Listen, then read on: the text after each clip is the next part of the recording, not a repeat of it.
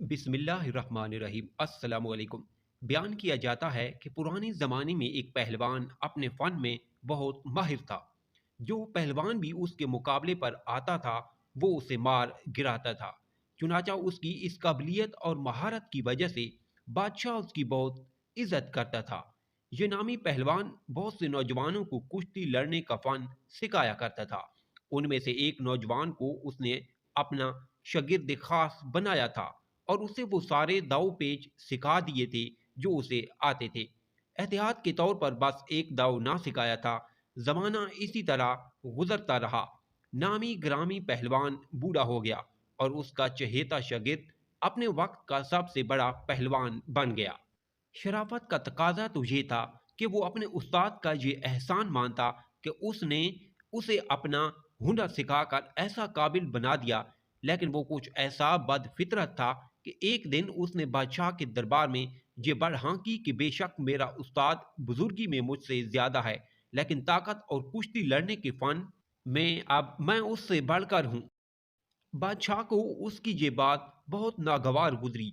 उसने हुक्म दिया कि उस्ताद और शागिर्द कुश्ती लड़ें ताकि ये फैसला हो सके कि उन दोनों में कौन बड़ा है।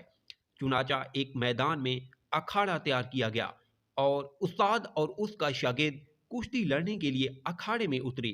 नौजवान शागिर्द अपनी ताकत के नशे झूमता हुआ उस्ताद के सामने आया। यूं लगता था अगर लोहे को पहाड़ भी इसके सामने हो तो वो उसे उखाड़ कर फेंक देगा।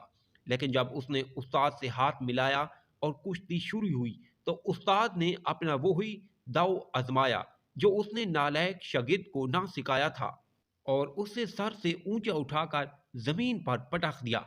हर तरफ से वाह वाह के नारे बुलंद हुए। बादशाह ने बूढ़े पहलवान को खलत और भारी इनाम दिया और नाखलफ शागिर्द को खूब लानत मलामत की। वो कहने लगा, उस्ताद साहिब सिर्फ इस वजह से जीत गए हैं, उन्होंने मुझे ये दाव ना सिखाया था जिसे इस्तेमाल करके मुझे गिराया है। उस्ताद साहिब ने फौरन जवाब दिया, और ये दाव मैंने तुझे इसी ख्याल से ना सिखाया था अगर कभी तू मेरे मुकाबले पे आ जाए तो मैं अपना बचाव कर सकूं। दानिशमंदों ने बिल्कुल सच कहा था। अपने बेहतरीन दोस्त को भी इस काबिल नहीं बनाना चाहिए कि अगर वो कभी मुकाबले पर आ जाए तो तुम्हें नुकसान ना पहुंचा सके। ये जमाने का अजीब दस्तूर है। बावफाओं पर जफा करते हैं लोग, जिनसे सीखें तीर अंदाजी का फन, नोक खंजर पर उन्हीं धरते हैं लोग।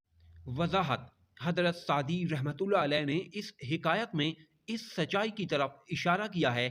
जिस तरह इंसानों में अहलियत और नाअहलियत का फ़र्क है, इसी तरह कमीनगी और शराफत का फ़र्क है। और कमीने से कुछ बाईद नहीं होता कि अपने उस्ताद बल्कि अपने सगे बाप के सर पांव रखने के लिए तैयार हो जाए। इसलिए दनाई का तकाजा ये है, इल्म और हुनर सिखाते हुए भी इस बात का ख्याल रखना चाहिए और अपनी हिफाजत के ख्याल से गाफिल नहीं होना चाहिए। सबक अबोध स्टोरी सुनने के लिए मेरे चैनल को सब्सक्राइब जरूर करें।